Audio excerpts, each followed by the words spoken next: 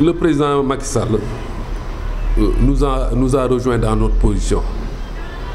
Pour nous, il n'est pas question d'avoir plusieurs listes dans les différentes localités.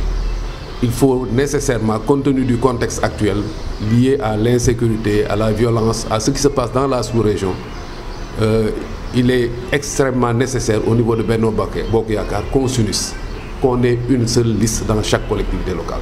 C'est notre combat, donc le président Macky Sall nous a rejoints dans ce combat. Là où il y a des difficultés, il est nécessaire et il est indispensable pour nous que le président Macky Sall, en collaboration avec les autres leaders d'ailleurs, le président Idrissa, Madame Aminata Mbengue Ndiaye, la présidente du Haut Conseil, il faut qu'ils s'entendent pour nous trouver un candidat dans chaque localité, pour nous éviter les problèmes du genre qui avaient existé en 2014, c'est-à-dire plusieurs listes pour une même coalition. Notre objectif, c'est d'abord de réaliser, de contribuer, d'apporter notre modeste contribution à l'unité de tous les responsables de la coalition. C'est ça notre combat pour le moment, parce que nous, on agit par étapes.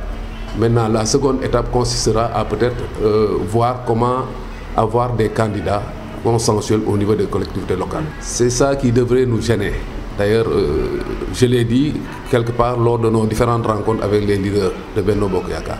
S'il y a conflit, nous sommes les premiers à être gênés parce que nous avons vraiment d'excellents rapports avec tous les leaders de Benno Bokk Yaakaar. Notre souci, c'est que chacun se fasse violence pour qu'on arrive à un consensus. C'est ça notre souci. C'est pourquoi, c'est ce qui explique également notre démarche, qui est d'aller vers eux, vraiment de sensibiliser, d'apporter notre modeste contribution pour que l'unité se réalise au niveau de Benno Bokk Yaakaar. Njiitu réew mi li mu wax dafa jaadu, c'est-à-dire moom daf ñu fekk si sax suñu position ñun, parce que booy xool li xewoon 2014 nga xam ne da ngay gis benn coalition boo xam ne dina am lu mat 5 wala 6 wala 7 listes yu fa jóge, loolu day affaiblir coalition. boo gisee maire bu Mbour niñ ko gagné presque matul woon 6000 voix yu mel noonu nag ak Sénégal fi mu toll tey il faut mu joxe benn signal bu fort wane ne kat suñu coalition bi il n'est pas question ñuy am plusieurs listes dans les différentes localités. loolu moo tax mu wax wane boppam wane ne collectivité locale bu nekk dafa bëgg benn liste rek moo fay génn, du am beneen liste Benno Bokk Yaakaar.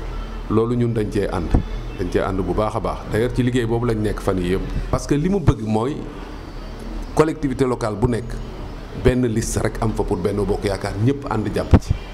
waaw loolu daal mooy sabab bi. ñun commencé nañ déjà boo xoolee week-end bi yëpp presque rencontré nañ ñu bëri ci Benno Bokk Yaakaar leader yu bëri. ñu ngi commencé ci président conseil départemental Saliou Samb lañ njëkk a représenté ak tous les responsables de l'APR pratiquement ñoom Baye Seck nga fa woon ñoom Oumy Sylla Ndiaye ñoom Bokar Ly bëri woon nañ daal ñoom docteur Diba ñoom ñëpp ñu nga fa woon.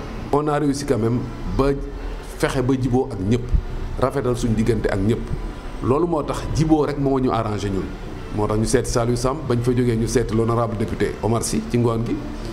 le dimanche ñu seeti le maire de Mbour Fallou Sylla waxtaan ak moom ak waa parti socialiste yëpp bañ fa jógee ñu seeti Cheikh Issa Sall bu am dem moom it waxtaan ak moom ak safam programmé nañ rencontré Bayati Babou bu yeesal rencontré yeneen leader coalition bi loolu yëpp pour nuyu leen la won leen ne daal ñun ci disposition yi ñu nekk mooy ñu ànd doon benn. dina yomb du yomb nag je pense que ku nekk am na loo war a bàyyi lu nekk ci loo war a bàyyi pour ñëpp mën a ànd am consensus waaw ci loolu la ñuy dox daal.